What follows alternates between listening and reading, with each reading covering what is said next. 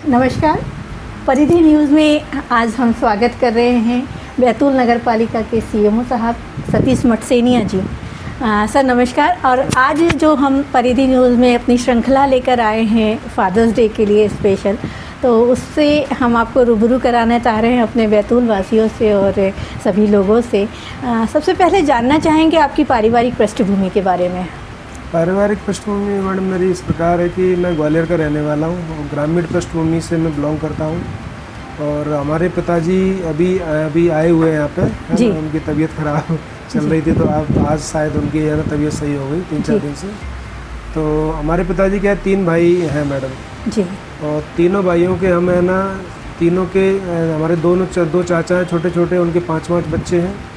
और हम अपने पिताजी के 6 संतान हैं, तो 5 भाई एक छोटी बहन है। और मदर मेरी मैडम में जब मैं 4th क्लास में पढ़ता था तब हमारी मदर गुजर गई 15 फरवरी 1995 को जी। तो फिर हमारा जो भी रख रखाव है, लालन पालन है, वो हमारे दोनों चाचियों ने और हमारी बुआ की लड़की थी, है ना जी, उन्होंने किया। और पिताजी की हमारे मतलब इसमें ये सोच रही कि पिताजी हमेशा पढ़ाई के प्रति पूरी फैमिली को लेकर बहुत सेंसिटिव थे जी। तो इसी का परिणाम निकला कि पिताजी ने हमेशा ये कोशिश की कि मैं अपने बच्चों को मतलब शहर में पढ़ाऊंगा, मतलब क्योंकि गांव में तो मतलब हम लोग छोटे छोटे टॉपिकों में, लड़ाई भिड़ाई के टॉपिकों में बिजी रहते हैं। इसीलिए पिताजी की सोच रही कि मैं अपने बच्चों को ना जल्दी से जल्दी शहर में कैसे शिफ्ट करूँ। हालाँकि हम लोग जमींदार लोग हैं मैडम। पापा मतलब व्यवसाय जमींदारी और खेती का किसानी का है जी। तो लगभग हमारे पास 150 बीघा ज़मीन है। तो उसी से मतलब हम, हालांकि आसपास के एरिया में भी फाइनेंशियली स्ट्रॉन्ग रूप से गिने जाते हैं कि ये लोग, ये परिवार बहुत पैसे वाला मतलब क्षेत्र के पटेल हैं आप। क्षेत्र के, हाँ, इस तरह से कह सकते हैं जी जी।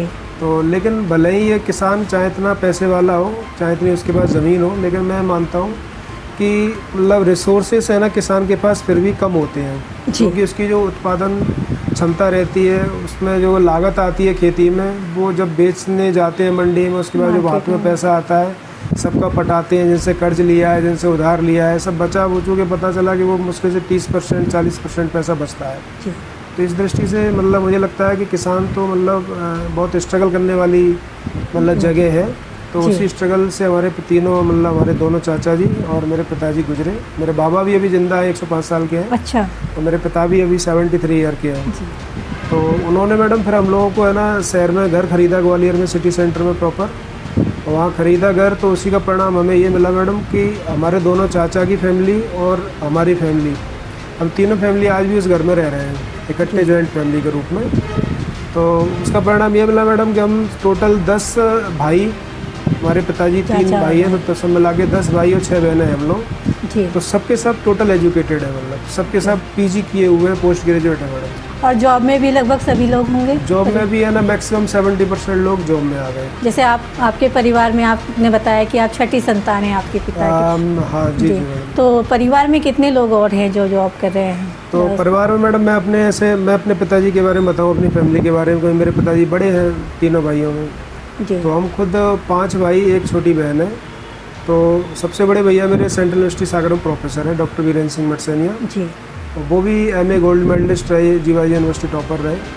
उसके बाद उनसे छोटे हैं वो दोनों के दोनों पति और पत्नी, दोनों के दोनों भाभी, मतलब भैया दोनों ग्वालियर में ही हमारे मतलब स्कूल है, हमारे गांव में ही स्कूल है, उसी में हेड मास्टर है दोनों के दोनों। उनसे छोटे हैं वो स्पोर्ट ऑफिसर है मैडम, गेस्ट फैकल्टी पे, वो अभी चंदेरी में है, अशोकनगर चंदेरी में। उनकी वाइफ भी असिस्टेंट प्रोफेसर है, तो वो भी गेस्ट फैकल्टी पे है इंग्लिश लिटरेचर से, वो भी चंदेरी में मैडम। और उनसे छोटा मैं हूँ। तो मैं पहले मैडम MPPSC 2008 से सिलेक्ट हुआ था बाल विकास परियोजना अधिकारी के लिए, CDPO जिसको बोलते हैं, महिला बाल विकास अधिकारी। और उसमें मैंने 6.5 साल सेवाएं दी अपनी। और सेवा देने के दौरान ही मतलब मैं सेटिस्फाई नहीं था अपनी स्टडी को लेकर और अपने उद्देश्य को लेकर, अपने लक्ष्य को लेकर। तो इसके लिए मेरे पिताजी और बड़े भैया भी मतलब शुरू से ही मोटिवेट किया उन्होंने, जब मैं 3rd-4th क्लास में ही था, कि सबसे बड़ा बनो, मतलब सबसे बड़ी पोस्ट क्या होती है। क्योंकि गांव में तो जनरली है ना समझ में नहीं आता था बड़ी पोस्ट कौन सी होती है। और गांव में भी ऐसी कोई नौकरी नहीं थी, 1-2 नौकरी थी, तो जो कि सिंपल पुलिस थे 1-2 कर्मचारी, तो उनको ही देख के मोटिवेट होते थे। फिर हमारे गांव में क्या है कि वहाँ पे मिलिट्री एरिया है, मुरार कैंट एरिया है। तो हम लोगों का जो गाँव है वो पहाड़ियाँ हैं वहाँ पर खूब सारी। तो उस पर क्या उनकी प्रैक्टिस होती रहती थी मिलिट्री की, और रॉकेट उड़ते थे जो जो फाइटर प्लेन रहते हैं। तो पूरा गांव इसी बारे में ऐसी बात करता था कि अरे इसमें मतलब सबसे बड़ी नौकरी है ना पायलट की होती है। अच्छा, क्योंकि ये उड़ते हैं। आइडिया ही नहीं था कि IAS IPS नाम की भी कोई नौकरी होती है, डॉक्टर इंजीनियर की भी नौकरी होती होगी, पता ही नहीं था। मतलब गांव की पृष्ठभूमि के हिसाब से मतलब हमें यही लगता था कि सबसे बड़ी नौकरी पायलट की होती है। तो मैं भी है ना 4th 5th क्लास में एक कोशिश की, खूब पढ़ाई लिखाई की अच्छी तरह से ध्यान देकर, इंग्लिश मीडियम था मैं, कि पायलट बनना है। तो अच्छा। हाँ, तो ग्वालियर में आ गया था मैं 2nd क्लास से रहने के लिए, घर खरीद लिया था इधर पिताजी ने। तो यहाँ आके पता चला कि नहीं सबसे बड़ी नौकरी है ना पायलट नहीं होती, सबसे बड़ी नौकरी IAS होती है जी, कलेक्टर होती है। हाँ। तो फिर मेरा भी दिमाग घूम गया कि सबसे बड़ी कि अपन को तो सबसे बड़ा बनना है जी, तो अपन तो गलत ट्रैक पे जा रहे थे पायलट बनने के लिए। तो ऐसे करके फिर अपना ट्रैक चेंज किया, उस हिसाब से मतलब समझ में आई, शहर के हिसाब से परिवेश में रहे तो उस हिसाब से नया पॉइंट ऑफ व्यू तैयार हुआ। उसके अकॉर्डिंग फिर 6वीं 7वीं क्लास से टारगेट बनाया कि IAS बनना है अपन को जी। तो इस तरह से मैडम मेरा 4th नंबर है। मैं CDPO रहा 2008 PSC से, फिर 2012 से मेरा इसमें CMO में हुआ, 2013 से भी मेरा सिलेक्शन हुआ जी। तो मुझे यही वाली पोस्ट ठीक लगी तो मैं इधर ही फिर रह गया। तो आगे भी लक्ष्य है कि UPSC या MPSC ट्राई करेंगे और आने, क्योंकि सबसे बड़ा तो बनना है और कहते हैं पढ़ने की कोई उम्र नहीं होती है। जी तो पढ़ने की तो बड़ा उम्र नहीं होती, लेकिन है ना शासन के जो नियम है वो मतलब वो उसको उम्र में बांध देते हैं। नहीं, कई अधिकारी हैं जिन्होंने मतलब रहते हुए जो है UPSC के लिए एग्ज़ाम फाइट किए हैं। हाँ, नहीं तो मेरा निवेदन यहाँ पे ये है कि मैं इसलिए नहीं कर पाऊँगा क्योंकि उसके एज के मापदंड निर्धारित रहते हैं हर एग्जाम के, तो उनको मैं क्रॉस कर चुका हूँ। ओके। जबकि मेरे पास तो अभी मौका होता ना तो मैं इसको है ना छोड़ के भाग जाता। अच्छा। हाँ, मेडिकल में भागता या सस्पेंड हो जाता भले ही, तो इन सब की मेरे को चिंता नहीं रहती। मतलब सस्पेंड भी होने के लिए तैयार है आप? क्योंकि मेरा टारगेट मुझे मिलेगा तो मैं तो बिल्कुल इसके लिए समर्पित हूँ। लेकिन क्या मैं मतलब मेरी ओवर एज हो गया मैं UPSC के दृष्टिकोण से, और PSC में मैं इसलिए ज़्यादा भागदौड़ नहीं कर रहा उसमें, क्योंकि PSC की मैंने 3 बार पोस्टें बदली जी, और अभी मैं बदलूंगा। ऐसे मान के चलो पोस्ट है ना जो सबसे टॉप पोस्ट मानी जाती है डिप्टी कलेक्टर जी, तो मतलब मैं यहाँ पे सेटिस्फाई हूँ कि मतलब इसमें रहते हुए भी है ना अपन लोगों की ज़्यादा काम कर पा रहा हूँ मैं, क्योंकि यहाँ पे रिसोर्सेज वाला डिपार्टमेंट है। किसी ने बोला रोड बना दीजिए, रोड बना दीजिए, डायरेक्ट पब्लिक डीलिंग से है। सर, आप CMO नगर पालिका बैतूल है वर्तमान में। मैं जानना चाहूँगी कि अभी तक आप कहाँ पदस्थ रहे हैं और क्या अच्छे अनुभव रहे हैं अब तक, और कौन सा अनुभव बहुत बुरा भी रहा है? जी, सबसे पहले मैडम मेरी पोस्टिंग हुई थी एज ए CDPO 1 जून 2011 को। मैंने मुरैना जिले की पहाड़गढ़ ब्लॉक में ज्वाइन किया था एज ए CDPO। तो काफ़ी टफ क्षेत्र कहलाता है। टफ क्षेत्र था पूरा, मतलब वो एरिया ही माना जाता है कि पूरा चंबल नदी के किनारे का एरिया है पूरा, मतलब जो डकैती वाला एरिया और ये सारा चैलेंजिंग जॉब था जी। लेकिन मेरी पृष्ठभूमि ग्वालियर की है तो मैं इससे ज़्यादा प्रभावित नहीं था, मतलब क्योंकि मुझे मालूम, हमने शुरू से ही कहानियाँ वहीं पे यही सुनते हैं।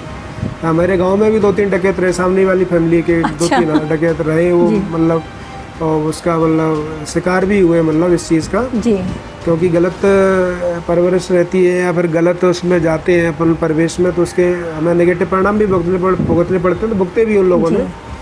तो मैं वहाँ पोस्टिंग रही तो वहीं पे पहली पोस्टिंग मेरी चैलेंजिंग थी। 2 दिन बाद ही वहाँ पे एक जनप्रतिनिधि थे, तो नाम तो नहीं लेना चाहूँगा मैं, तो उन्होंने है ना मेरी गाड़ी का है ना, मेरी सरकारी गाड़ी का दुरुपयोग करना चाहा। अच्छा। उन्होंने बोला कि आप मेरे को गाड़ी देना है ना, मेरे यहाँ पे शादी है और तुम्हें ये गाड़ी देना पड़ेगी, समझ में आ गई? उनसे मैं वो ये निवेदन नहीं कर रहा हूँ, ये बोल रहा हूँ कि गाड़ी भिजवा देना, कल ड्राइवर को भिजवा। एक ऑर्डर फॉर्म था उनके, ऑर्डर फॉर्म था जी। तो वो भी हालांकि जनप्रतिनिधि है ना, मतलब गोलीबारी करके जीते हुए थे, मतलब अच्छा। तो मेरे को तो समझ में नहीं आ रहा, मतलब पहली पोस्टिंग में खतरों के खिलाड़ी बन गए आप। 2-3 दिन बाद ही तो अब मैंने कहा मैं क्या बोलूँ, तो ड्राइवर ही मेरा घबरा गया। तो हम लोग रोड पे थे, मतलब मुरैना से लौट रहे थे पहाड़गढ़ की तरफ, तो रास्ते में फ़ोन आया था, तो मैंने क्या बोले, तो फिर मैंने सोचा मैंने कि अपने DPO सर को बताना उचित होगा, महिला बाल विकास अधिकारी सर को। तो उनको बताया तो उन्होंने बोला अरे सब भपकियाँ हैं, आप चिंता नहीं करो, किसी को कुछ मत देना, जो नियम से है वो काम करना। और वास्तव में ही जो मेरे बॉस का मैसेज था वो मतलब प्रभावी रहा, और कुछ नहीं हुआ, उन्होंने भी कुछ नहीं किया मेरे को। वहाँ पे मैं लगभग 1.25 साल रहा पोस्टेड, और वहाँ से फिर मेरा ट्रांसफ़र हुआ, मैं चंदेरी आ गया, चंदेरी CDPO बना। चंदेरी CDPO के दौरान ही मुझे एक्स्ट्रा प्रभार में ईसागढ़ CDPO का ही प्रभार दिया गया। और इसी दौरान क्या है मैडम, मैं फिर मेरा मूड लग नहीं रहा था CDPO में, क्योंकि जैसा बताया ना मैंने आपको, जी जी, मेरा टारगेट था IAS बनने का, सबसे बड़ा बनने का, है ना। तो मैंने कहा ये कहाँ फंस गए अपन, सिलेक्शन गलत हो गया, सिलेक्शन होना नहीं चाहिए था PSC में। मेरा पहली बार में PSC में सिलेक्शन हो गया। मैंने BA गोल्ड मेडलिस्ट निकाला, 80% रहा मेरा BA में। MA भी मेरा गोल्ड मेडलिस्ट है पॉलिटिकल साइंस से, उसमें भी मैं ग्वालियर चंबल संभाग टॉपर रहा। अच्छा। UGC के उस समय चेयरमैन थे, उन्होंने मुझे गोल्ड मेडल दिया था, दीक्षांत समारोह हुआ जीवाजी यूनिवर्सिटी में। तो MA प्रीवियस के साथ ही मैडम ये PSC की जगह आई, मेरा पहली बार में CDPO में सिलेक्शन हो गया। नेट भी निकल गया मेरी पहली बार में ही, जिससे अपन कहीं पे भी ऑल इंडिया में किसी भी यूनिवर्सिटी में जगह निकलती हैं तो अपन असिस्टेंट प्रोफेसर बन सकते हैं। तो इसी चीज़ का मुझे फ़ायदा मिला। तो फिर जब CDPO रहते हुए चंदेरी में मैं, तो वहाँ से फिर मैं 2 साल के लिए भाग गया। अच्छा। हाँ, तो मैं भाग गया मेडिकल का, मतलब मेडिकल लेके कि मुझे तैयारी करना है UPSC की। मैं अपने कलेक्टर साहब से भी निवेदन किया, अपने DPO सर से भी। मैंने कहा सर मैं तो जा रहा हूँ। मतलब एक सपोर्ट आपको ऑफिशियली मिलता रहा? हाँ मिला, बिल्कुल मिला। मेरे DPO सर का मिला, मेरे कलेक्टर साहब का मिला, और मेरे भी नए मतलब मेरे जो IGM सर थे, तो वो भी फ्रेश IAS थे, मैं नाम नहीं लेना चाहूँगा है ना। तो उन्होंने भी मेरा सपोर्ट किया कि वो उन्होंने बोला कि अरे यार सतीश यहीं पर रह के पढ़ो ना यार, क्या दिक्कत है, यहीं पर पोस्टिंग के साथ करो। तो मैंने कहा सर मेरा माइंडसेट ऐसा नहीं बना पाऊँगा मैं आपके, मतलब जो कई लड़के बना लेते हैं या फिर आपने बनाया होगा। तो मैंने कहा मैं तो, मेरी आदत है कि जो काम करना है समर्पित होकर करना है, पूरा टोटल लक्ष्य तय है तो उसी लक्ष्य पे काम करना है। तो मैंने कोई भी डिस्टर्बेंस होता है तो फिर ऐसा लगता है कि अरे डिस्टर्ब हो रहा है मामला, मज़ा नहीं आएगा। तो इस हिसाब से फिर मैडम मैं 2 साल के लिए है ना, मतलब दिल्ली चला गया, मुखर्जी नगर रहा, वहाँ पे UPSC कोचिंग की प्रॉपर। और उसी दौरान फिर मेरा ये CMO में सिलेक्शन हुआ। फिर एक बात 13 का भी PSC निकला, और फिर मतलब शादी भी हो गई। फिर घर वाले भी वेट करते रह गए, चलो तुम कब IAS बनोगे पता नहीं। अच्छा। ऐसा करते हैं, शादी तो कर लो यार, नया ना ये तो शादी हुई तो मतलब वो IAS बनने वाले MBBS हो गए। वही जी। तो ऐसे करके है ना, मतलब एज ए CMO आपकी ये कौन सी पोस्टिंग है बैतूल में? एज ए CMO मैडम मेरी पहली, ये तो मेरी मैं गिना देता हूँ आपको कौन कौन सी पोस्टिंग। पहली पोस्टिंग मेरी भिंड में हुई मैडम, CMO के रूप में। मतलब सारे चैलेंजिंग जो फील्ड है वो सभी जगह पर रहे आपके शुरुआती। तो भिंड में ही मेरी नगर परिषद म्योना में रही, तो वो भी मेरे लिए एक चैलेंजिंग जगह थी, क्योंकि मैं नया था और वो हम लोगों को कोई ट्रेनिंग भी नहीं दी गई थी, ना आज भी दी जा रही CMO को। CMO को कोई ट्रेनिंग नहीं दी जाती। उनका कहना है डिपार्टमेंट का भी कि हम आप लोगों को क्या ट्रेनिंग दें, क्योंकि CMO एक ऐसी जॉब है, चैलेंजिंग जॉब है, कल क्या मुसीबत आएगी तो हर जगह की परिस्थितियाँ अलग होती है, हर जगह अलग चैलेंजेस होते हैं। जैसे मैं पहले CDPO था, उसका फिक्स है कि इसमें है ना क्या चैलेंजेस आने वाले हैं, है ना, महिलाएं, वो सारी चीज़ें तय रहती है। तो फिर क्लियर है, तो उनमें एक प्रशिक्षण दिया जा सकता है, इस तरह से आप लोग हैंडल करना है ना हितग्राहियों को, लोगों को। लेकिन इसमें डिपार्टमेंट का मानना है कि इसमें क्या बताएं हम, आपके पास क्या मुसीबत आएगी। वो वास्तव में हमारे साथ के जो बैचमेट सडनली आ जाती है, तो सडनली है ना, कई लोगों के खिलाफ है ना, कई गलत गतिविधियाँ हुई, कई किसी मारपीट हुई, कई गाड़ी बंगले जला दिए जो असामाजिक तत्वों ने। तो इस तरह से मतलब हम लोगों को डायरेक्ट फील्ड में उतरना ही पड़ता है सारे CMO को, पहले भी और आज भी। तो उसमें देखा मैडम कि मतलब भिंड में मतलब इस तरह की परिस्थितियाँ मिली, लोगों ने धमकी भी दी कि ये काम कर रहे हो क्या नहीं कर रहे, हमारा काम नहीं करोगे ना, अभी एक 10 डंपर वाले को देंगे 10-20 हज़ार रुपये, तो वही गाड़ी में चढ़ा। अच्छा, एक तो नगर पालिका से जुड़े लोगों के पास ये साधन भी होते हैं, डंपर और रोलर। नहीं, ये चीज़ उन्होंने बोला मेरे को, उन्होंने धमकी दी जी, जिनकी फाइल मैं नहीं कर पा रहा था। हाँ। तो मैंने कहा साहब इसमें फाइल प्रॉपर सबके साइन नहीं है, सबके साइन तो हो जाए पहले, तब तो मैं साइन करूँगा। बिल्कुल। तो उन्होंने बोला यार आपको समझ में नहीं आ रही, आपको समझा रहे हैं। तो मैं कह रहा हूँ ना, आपको जवान दे रहा हूँ मैं जवान दे रहा हूँ ना, तो मैं भी मजाक के मूड में रहता हूँ हमेशा। मैंने कहा कहाँ है, दे दो, लाओ, रखो यहाँ पे जवान अपनी। ठीक है। हाँ, तो फिर वो मतलब जाते जाते मेरे पियून को बोल गए कि अरे यार इनको समझा लो जरा, 2 मिनट में CMO के लिए निकल जाएगी। अच्छा। एक डंपर वाले को देंगे किसी को 10-20 हज़ार रुपये, ये गाड़ी, मैं गाड़ी खुद ही चलाता था। अच्छा। तो मेरी खुद की गाड़ी थी इको स्पोर्ट, तो मैं खुद ही चलाता था। तो मुझे भी ऐसा लग रहा है कि मैं बिल्कुल आंधी तूफान से जूझने वाले व्यक्ति से बात कर रही हूँ। जब मैं आई थी तब बिल्कुल परिस्थितियाँ नॉर्मल थी, अभी देखिए ऐसा लग रहा है कि सब उड़ रहा है। जी सर, आगे बात करेंगे। तो ऐसे करके मैडम मैंने अपने उस कर्मचारी को बोला, मैंने कि उनको बता दीजिए आपको अगर मेरे साथ कुछ भी करना हो, मर्डर भी करवाना हो, तो मैंने कि रेडी है, कोई दिक्कत नहीं है। कि अब जहाँ एक बार आना, एक बार आए हैं दुनिया में, एक बार जाएंगे, क्या दिक्कत है। हाँ जी, हाँ जी। तो ये हम ग्वालियर चंबल वालों में थोड़ा कॉन्फिडेंस रहता है मैडम, है ना, इनबिल्ट टाइप से। ठीक है जी। तो मैंने तो धड़ल्ले से मैं नौकरी की। अपनी जो भी समस्या आती थी मैं अपने डायरेक्टरेट में है ना अपने सीनियर अधिकारियों को बताता था जी, जो हमारी स्थापना संभालते थे। तो उन लोगों ने भी मेरी मदद की, मतलब उन्होंने फिर मुकाबली में मेरी पोस्टिंग की। तो मुकाबली में मतलब एक अच्छे सीएमओ की ज़रूरत थी। उन्होंने बोला कि आपको है ना हम माननीय सीएम साहब के कहने पे भेज रहे हैं, तो आपको अच्छा काम करना है। मैंने कहा आप कहीं भी भेज दीजिए साहब, मैं पूरे ऑल ओवर एमपी में कहीं भी जाने के लिए तैयार हूँ, मुझे कोई आपत्ति नहीं है। जी जी। और यहाँ पे भी रखना है तो यहाँ पे भी काम कर रहा हूँ, यहाँ पे भी कोई दिक्कत नहीं है कि नहीं नहीं हम आपको यहाँ से हटा रहे हैं। तो 8-9 महीने में नौकरी कर पाया था भिंड में। तो मतलब अच्छा भिंड के बाद मुगाबली आप पहुंचे? मुगाबली पहुँचा मैं अशोकनगर ज़िले में, तो वहाँ पर रहा मैं 1.25 साल लगभग। मुगाबली से फिर मेरा ट्रांसफ़र हुआ नागदा उज्जैन ज़िले में। तो वो 1 लाख से ऊपर की नगर पालिका थी, वहाँ पे लगभग 1.5 साल रहा। तो नागदा में रहा 1.5 साल। उसके बाद फिर मेरा ट्रांसफ़र हो गया बालाघाट। तो बालाघाट में 2 साल रहा लगभग। बालाघाट से फिर डबरा हुआ, डबरा में 2 महीने रह पाया केवल जी। और शायद डबरा के बाद डबरा में ही मेरा ट्रांसफ़र हुआ। वहाँ पे तो वहाँ के जो जनप्रतिनिधि थे जी, तो उनका कहना था कि हम अपने हिसाब से है ना मतलब जो भी है मतलब आप यहाँ से जाइए, हम अपना सीएमओ लेकर आएंगे। अच्छा। तो मैंने कहा मुझे कोई आपत्ति नहीं है, शासन जैसा आदेश देगा जी, तो चला जाऊँगा। मेरा ऑर्डर निकल गया 2 महीने बाद। तो फिर मैं श्योपुर आ गया, श्योपुर नगर पालिका प्रॉपर जिले में। अच्छा। तो वहाँ भी मैं 2 साल रहा। उसके बाद फिर मैं यहाँ आ गया बैतूल में। तो मतलब हर जगह एक न एक क्या कहते हैं धमकी आपको मिली है। हाँ रहता है, मतलब हमारी नौकरी में तो है। अभी तक बैतूल के अनुभव कैसे रहे आपके? बैतूल के भी मतलब जो अभी तक का मेरा लाइफ का मतलब जो है नौकरी का कैरियर है, तो सबसे अच्छे लोग पीसफुल एरिया जी। यहाँ के लोग अच्छे हैं, पब्लिक अच्छी है, यहाँ के जनप्रतिनिधि अच्छे हैं, यहाँ के पत्रकार। ऐसा तो नहीं है कि अभी आप यहाँ पोस्टेड है इसलिए बैतूल की तारीफ हो रही है? नहीं, 8 महीने में तो मुझे ऐसा कोई वारदात मेरे साथ नहीं हो पाई है। नहीं, हमारा बैतूल बहुत शांत और कहना चाहिए पीसफुल जिला है। और सर क्या अनुभव रहे हैं इसमें, और क्या मतलब आगे भविष्य में क्या योजना है बैतूल को लेकर? बैतूल को लेकर मैडम मुझे लग रहा है कि शायद मैं अपने कैरियर में है ना सबसे ज़्यादा काम शायद मुझे काम करने का मौका शायद बैतूल में मिलेगा जी। क्योंकि यहाँ पे माननीय विधायक महोदय हैं, माननीय श्री हेमंत खंडेलवाल साहब। तो उनका जो विज़न है तो वो शहर को लेकर बहुत ब्रॉड है और हमेशा कुछ ना कुछ प्लानिंग में लगे रहते हैं और मुझसे भी है ना बार बार डिस्कस करते हैं। मेरी भी है ना डायरेक्टरेट में भी मुझे ले जाकर वहाँ पर अधिकारियों के साथ बैठक करवाई है, कमिश्नर सर के साथ, पीएस सर के साथ में। मतलब एक जनप्रतिनिधि जितना संवेदनशील होना चाहिए अपने शहर के विकास को लेकर, यहाँ की समस्याओं के निराकरण के लिए, तो आप उन चीज़ों को विधायक जी में देख रहे हैं? बिल्कुल, क्योंकि मैं कई जगह पोस्टेड रहा तो कहीं पर भी है ना इतना जनप्रतिनिधि है ना इन्वॉल्व नहीं हुए मतलब विकास को लेकर। जी जी, है ना। तो यहाँ पर माननीय विधायक महोदय के माध्यम से मुझे लग रहा है कि यहाँ पे मैं मेरा उसमें मतलब मेरी मेहनत लगेगी उसमें, है ना। तो काफ़ी सारी चीज़ें कई सालों से यहाँ पर पेंडिंग है सर, उसको लेकर क्या प्रोग्रेस दिख रही है? जैसे कि मैडम पेंडिंग था अपना गंज मंडी कॉम्प्लेक्स था पेंडिंग। हाँ जी। तो वो मैडम माननीय विधायक महोदय के साथ में कम से कम मुझे लग रहा है कम से कम 20 बैठकें हो गई होंगी मेरी, माननीय विधायक महोदय, कमिश्नर साहब की, ENC साहब, है ना, सुपरिटेंडेंट इंजीनियर साहब, ये और क्या कहते हैं अपने ई साहब, बुलाया भी एसी साहब को, तो यहाँ पे माननीय विधायक महोदय ने ई साहब को ही बुलाया।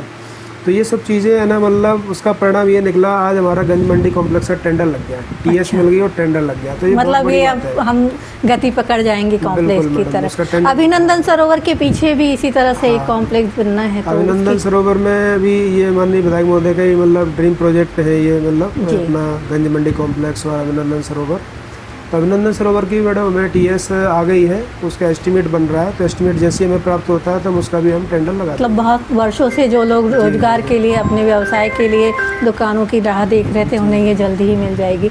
सर, फादर्स डे को लेकर हम जो है बात कर रहे थे, तो मैं जानना चाहूँगी कोई ऐसा घटनाक्रम, कोई ऐसा प्रेरणास्पद प्रेरक प्रसंग आपके जीवन का जुड़ा जिसने आपकी लाइफ को बदल दिया। और जैसा आपने बताया कि मम्मी आपकी उस वक्त शांत हो गई थी जब आप कक्षा 4 में पढ़ रहे थे, तो यकीनन पापा ने ही माँ की भूमिका भी आपके जीवन में निभाई है।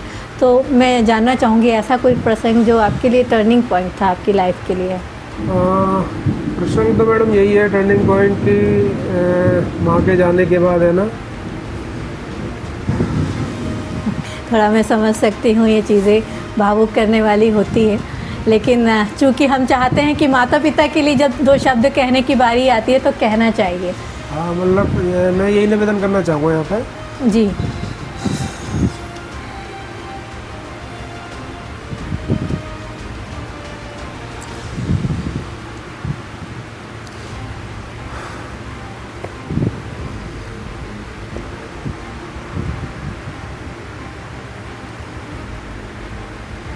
माता जी का कोई ऐसा कुछ याद है सर आपको? नहीं, मुझे याद है सर, सब याद है। मतलब मैं जब 4th क्लास में पढ़ता था, जब मैं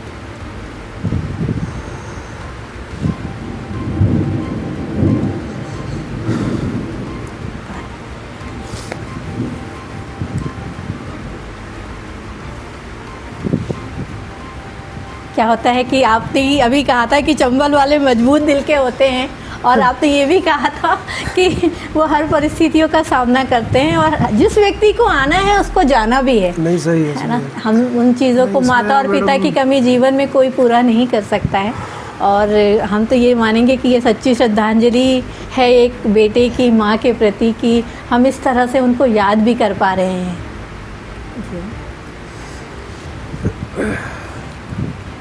दिक्कत ये है मैडम, क्या है कि हर किसी की अपनी अपनी बनावट रहती है, नेचुरल। हाँ जी। है ना? तो मुझे लगता है कि मुझे शायद इमोशनल ज़्यादा बनाया है जी।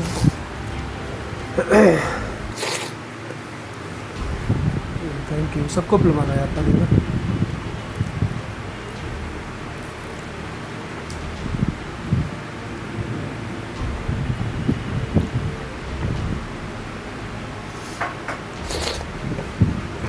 सबसे ज़्यादा मतलब जो टर्निंग पॉइंट है लाइफ का, ये रहा मतलब कि माँ के गुजरने के बाद है ना, हमारे पिताजी ने मतलब शादी नहीं की। हाँ, क्योंकि बच्चे छोटे भी थे और 6 बच्चे हैं। उस समय शायद भैया भी मेरे शायद 11-12 में थे, है ना? और भाई फिर ऐसे ही क्रम से मतलब 1-1, 2-2 साल जूनियर। आप से छोटी सिस्टर भी थी ना? छोटा भाई भी था मेरे से, उसको तो याद ही नहीं है कुछ, है ना? जी। और छोटी सिस्टर भी थी पिछले साल तक, उसकी डिलीवरी के दौरान का मौत हो गई 34 साल की उम्र में, जी। छिंदवाड़ा में, है ना? तो इस तरह से मतलब पिताजी का जो सेक्रीफाइस है, बहुत बड़ा सेक्रीफाइस था वो, और सभी को संभालना, और फिर शायद गांव से शहर शिफ्ट होना, और फिर कहते हैं ना कि जड़ों को छोड़कर आना और नई जगह पर बच्चों के लिए जो गाँव भी। में भी हमारा पूरा पुश्तैनी बना हुआ है, जी, पूरा जी। सेटअप। केवल शहर में तो हमने घर खरीदा केवल एक, जी जी जी 40x60 का 2 मंजिला, उसी में हम सब लोगों का पढ़ना लिखना हुआ। जी। मतलब सभी लोग, हम लोग वहाँ से है ना, मतलब हमारे पिताजी और हमारे पिताजी के दोनों भाई, हमारे दोनों चाचा जी, उन्होंने भी पूरा हृदय से, तन मन धन से पूरा सपोर्ट किया, क्योंकि जॉइंट फैमिली रही हमारी। जी, जब तक जी। मेरी नौकरी लगने से पहले तक जॉइंट फैमिली रहे हम लोग, लेकिन घर में तो डिवीज़न अभी भी नहीं हुआ, है ना? लेकिन ज़मीन में डिवीज़न हो गया, मतलब, है ना? तो लेकिन फिर भी हम लोग अभी भी साथ में ही रहते हैं, और अच्छा माहौल है, और कोई मतलब ना कोई मनभेद है, ना कोई मतभेद है। और ये बहुत बड़ा उदाहरण है आज के समय में कि परिवार इस तरह से जो है, इतना बड़ा परिवार होने के बाद भी संयुक्त रूप से और एक रूप से आप लोग रह रहे हैं, ये उदाहरण है। तो बहुत धन्यवाद देना चाहेंगे पिताजी को भी हम यहाँ से, कि जिन्होंने इतने अच्छे से सभी बच्चों की परवरिश की। और चलते चलते आप क्या संदेश देना चाहेंगे लोगों को? मैं यही संदेश देना चाहूँगा कि जो अपने आजकल जो पारिवारिक मूल्यों में जो गिरावट आ रही है, तो उसमें है ना, मतलब सभी लोगों को सोचना चाहिए कि परिवार को महत्व को समझें। तो परिवार है तो सारी समस्याएं, सारी परिस्थितियां टैकल हो जाती हैं, चाहे सकारात्मक होती हैं तो वो तो होती ही हैं, नकारात्मक भी टैकल हो जाती हैं। तो मतलब मैं जो यहाँ पे जो प्रोडक्ट हूँ, मतलब एक तरह से जो एक सफल प्रोडक्ट हूँ, मतलब उसका एक परिणाम मतलब एक परिवार ही था। मतलब परिवार के इमोशंस थे, फीलिंग्स थी, उनके बच्चों के प्रति लगाव, उनको अच्छे संस्कार डालने का मतलब एक तत्परता, है ना? तो पिताजी, परिवार, चाचा हमारे, है ना, दोनों चाचा जी, दोनों हमारी चाचियाँ, उन्होंने हमें रोटियाँ बनाई, खिलाई, पाला, हमारे कपड़े धोए। तो ये सब इसी का परिणाम है कि मतलब हम लोग सभी भाई बहन, मतलब उन मूल्यों का असर है ना पूरे परिवार के, हम 16 भाई बहनों पे पड़ा। मतलब तो हम सभी पढ़ लिख गए और सभी एक दूसरे से मिलजुल के रहते हैं, कोई वैमनस्यता नहीं है। तो बड़े चाचा जी के बड़े लड़के हैं, तो वह भी जिला पंचायत अध्यक्ष है ग्वालियर ज़िले के। मतलब फैमिली में हर तरह का स्ट्रक्चर है, सरकारी इसमें भी है, कृषक भी है, व्यवसायी भी है। तो बहुत ही अच्छा लगा आपसे भेंट करके सर, और बहुत बहुत धन्यवाद एक बार पुनः परिधि न्यूज़ की तरफ से आपको जो है फादर्स डे का बहुत सारी शुभकामनाएं। Thank you.